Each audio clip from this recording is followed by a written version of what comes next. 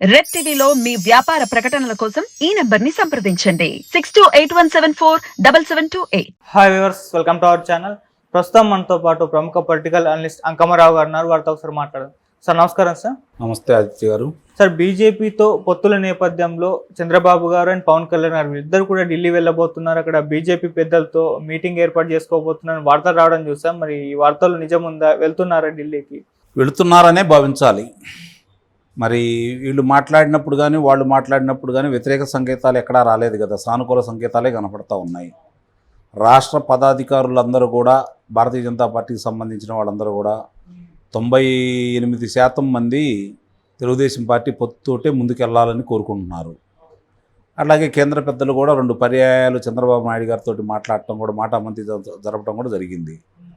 ఇప్పుడు ఎన్నికలు సమీపిస్తున్న ఈ తరుణంలో రేపు 15వ తారీఖు తరువాత ఏ రోజైనా ఎన్నికల నోటిఫికేషన్ రావచ్చు అనేది అందరూ భావిస్తున్నటువంటి అంశం.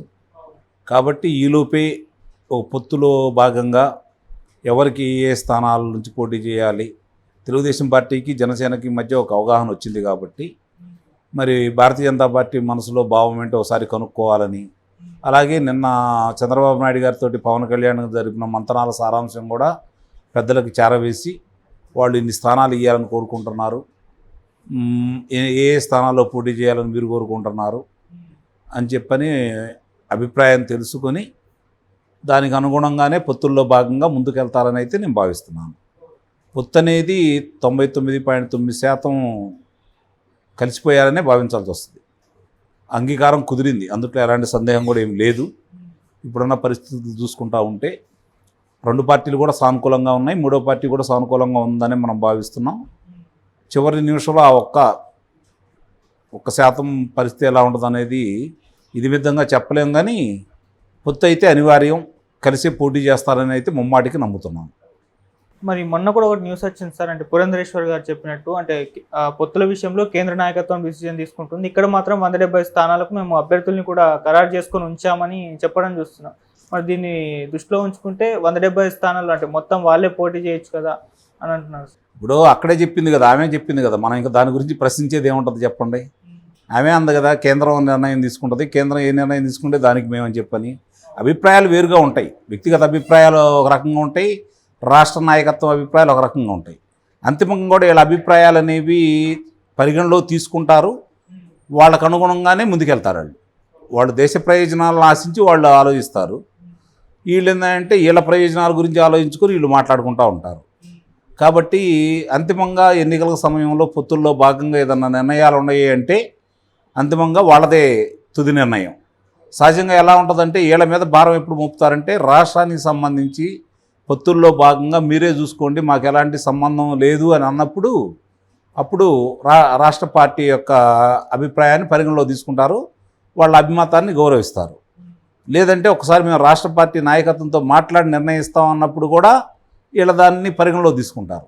ఇప్పుడు అంతిమంగా నిర్ణయించాల్సింది వాళ్ళే అని చెప్పని ఇక్కడ రాష్ట్ర నాయకత్వం ప్రకటించిన తర్వాత మరి రాష్ట్ర నాయకత్వంతో మాట్లాడట్లేదుగా చంద్రబాబు నాయుడు గారు కానీ లేదా పవన్ కళ్యాణ్ గారు కానీ, నేరుగానే కేంద్ర నాయకత్వంతో కదా మాట్లాడుతుంది. కాబట్టి ఇక్కడ అందరికీ తెలుసు, కేంద్ర పెద్దలు ఒప్పుకుంటే పొత్తు ఉంటుంది, కేంద్ర పెద్దలు ఒప్పుకోకపోతే పొత్తు ఉండదు అని. అవును, మరి కేంద్ర పెద్దయే కాకుండా మరి భారతదేశాన్ని ఈరోజు పరిపాలిస్తున్న దాంట్లో 2వ స్థానంలో ఉన్నటువంటి అమిత్ షా గారు, ఆయన కూడా చెప్పడం కూడా జరిగింది కదా, గతంలో తెలుగుదేశం పార్టీతో కలిసి మేము ప్రయాణం చేసాం, పాత మిత్రులను కలుపుకెళ్ళగాలని ముందుకెళ్తున్నాం, దీంట్లో కొత్తవాడు కూడా వచ్చి చేరతారు, అందరినీ కలుపుకొని వెళ్ళాలనుకుంటున్నాం, మేము ఒక్కళ్ళే వెళ్ళాలనుకోవట్లేదని చెప్పని ఆయన కూడా చెప్పిన తర్వాత దాని అర్థం అదే కదా. ఎందుకంటే పక్కనున్న తెలంగాణ రాష్ట్రంలో ప్రకటించారు 9 మందిని ఒంటరిగా వెళ్తున్నామని చెప్పి వాళ్ళు ఒక నిర్ణయానికి వచ్చి ప్రకటించడం కూడా జరిగింది. అదేవిధంగా ఇక్కడ కూడా వాళ్ళు ఒంటరిగా వెళ్ళినట్టయితే వాళ్ళు కూడా ప్రకటించి ఉండేవాళ్ళు కదా.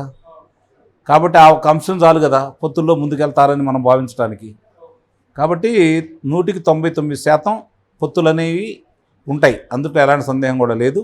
కానీ ఆ పొత్తుల్లో ప్రాతిపదికగా ఏ అంశాల మీద పొత్తు పెట్టుకోబోతున్నారు, ఏ స్థానాలు ఇవ్వబోతున్నారు అనేది ఒక నిర్ణయానికి వచ్చి వాళ్ళు ప్రకటించినప్పుడు ఇదిగో వీళ్ళు ఈ స్థానాలని చెప్పని మనం అనుకోవడానికి అవకాశం ఉంటుంది. ఏ స్థానాలు, కనీసం ఎన్ని స్థానాలు పోటీ చేస్తున్నారని ఈ విధంగా ప్రకటిస్తే, మనం ప్రకటించారు కదా జనసేన పార్టీ 24 శాసనసభ స్థానాలు, 3 లోక్సభ స్థానాలు ఉంటాయని చెప్పని, మిగిలినన్నింటిలో నేను పోటీ చేస్తానని తెలుగుదేశం పార్టీ చెప్పలేదుగా. అంటే భారతీయ జనతా పార్టీ కోసం ఎదురు చూస్తున్నారని మనం భావించాలి. ఆ మధ్య ఈ స్థానాల విషయంలో కూడా ఒక న్యూస్ వచ్చింది సార్. 5 లోక్సభ స్థానాలు ప్లస్ 9 అసెంబ్లీ స్థానాలు బీజేపీకి ఇవ్వబోతున్నట్లు కొన్ని న్యూస్ అయితే రావడం చూస్తాం. మరి దీంట్లో నిజం ఉందంటారు? అంటే నాకు తెలిసిందైతే 4, 6 అనుకుంటున్నారు. చూడాలి సార్. ఇప్పుడు కూడా బీజేపీ పొత్తుతో వస్తే తెలుగుదేశం సీట్లు అయితే త్యాగం చేయాల్సి ఉంటుంది. మరి మళ్ళీ కొంతమంది రెబల్స్ ఏర్పాటు అయ్యే అవకాశం ఉంది. వాళ్ళని ఎలా హ్యాండిల్ చేస్తారు? తప్పదు కదా. అందుట్లో బాగా మనస్తాపం చెందిన వాళ్ళు ఎవరన్నా, తెలుగుదేశం పార్టీ అధ్యక్షుడు చంద్రబాబు నాయుడు గారు తిరిగి ముఖ్యమంత్రి కావాలని కోరుకునేవాళ్ళు, తెలుగుదేశం పార్టీ రాష్ట్రాన్ని పరిపాలించాలని కోరుకునేవాళ్ళు ఇప్పుడు కొంతమంది వాళ్ళ స్థానాలు కోల్పోయినా కూడా త్యాగం చేయడానికి సిద్ధపడ్డారు. అట్లా వీళ్ళు కూడా త్యాగం చేస్తారు. కొంత మనస్తాపం చెందిన కాదుకూడదు అనుకుంటే చేయగలిగిందంటూ ఏం లేదు. అంతిమంగా చంద్రబాబు నాయుడు గారు, లోకేష్ బాబు గారు వాళ్ళని సముదాయిస్తారని, మరి భవిష్యత్తులో అధికారంలోకి వచ్చిన తర్వాత వాళ్ళకి సముచిత స్థానం ఇచ్చి గౌరవిస్తారని అయితే నేను భావిస్తున్నాను. మరి అలా కష్టపడ్డ వాళ్ళకి ఏదో ఒకటి మరి చూపించాలి కదా. కాబట్టి చూపిస్తారని వాళ్ళందరూ కూడా ఏకగ్రీవంగానే ఆమోదిస్తారని భావిస్తున్నాను. ఇట్లాంటివి జరిగినప్పుడు కొంతమంది ఉంటారు, గట్టిగానే పోటీ చేయాలని తలంపులో ఉండేవాళ్ళు ఉంటారు. కొంతమంది పార్టీల మీద వ్యతిరేకత ఉండేవాళ్ళు కూడా ఉంటారు. ఆ వ్యతిరేకత అనేది బలంగా ఉన్నప్పుడు పార్టీ మీద ప్రేమ కంటే కూడా, అధినాయకుడి మీద ప్రేమ కంటే కూడా వాళ్ళు కాకూడదనే తలంపుతో కొంతమంది చేస్తూ ఉంటారు. అంతిమంగా దానివల్ల నష్టపోయేది 2 పార్టీలు వాళ్ళు. ఇప్పుడు ఆ పార్టీయో ఈ పార్టీయో శాసనసభ్యుడైతే సంతోషపడాలి, కానీ వేరే పార్టీ ఇద్దరు కొట్లాడుకొని వేరే వాళ్ళకి అవకాశం కలిగిన తర్వాత వీళ్ళిద్దరికి రానట్టే కదా. ఇప్పుడు పొత్తుల్లో భాగంగా ఎలా ఉండాలంటే, ఈరోజు మీకు అవకాశం ఇస్తున్నాం, నెక్స్ట్ మాకు అవకాశం ఇవ్వండి మాట్లాడుకొని ముందుకెళ్ళటం అనేది వేరు. అలా కాకుండా మనస్తాపంతో మళ్ళీ పోటీ చేసి బలమైన నాయకుడికే కొన్ని కోల్పోవాల్సి వస్తుంది. మరి అలాంటి స్థానాలు మొన్న కనపడ్డాయి కూడా. మరి ఇవన్నీ చూసుకుంటామంటే మరి మాజీ మంత్రులు కూడా వచ్చేసి మాకు ఎలాంటి అభ్యంతరం లేదు, చంద్రబాబు నాయుడు గారి తుది నిర్ణయం మేము కుటుంబ సభ్యులను చెబుతున్నారు కాబట్టి వాళ్ళ స్థానాలు త్యాగం చేసిన స్థానాలు కూడా ఉన్నాయి కాబట్టి మిగిలిన వాళ్ళు కూడా అలానే అదే పందాల్లో ఉంటారని అయితే నేను భావిస్తున్నాను. సార్, బీజేపీతో పొత్తు వెళ్తే ఎలా ఉంటుంది, వెళ్ళకపోతే ఎలా ఉంటుంది సార్ టీడీపీ జనసేన పరిస్థితి? టీడీపీ జనసేన కలిసి ఎన్నికల్లో కనుక వెళ్తే నా అంచనా ప్రకారం 161 స్థానాల దాకా కైవసం చేసుకుంటాయి. అందుట్లో ఎలాంటి సందేహం కూడా లేదు.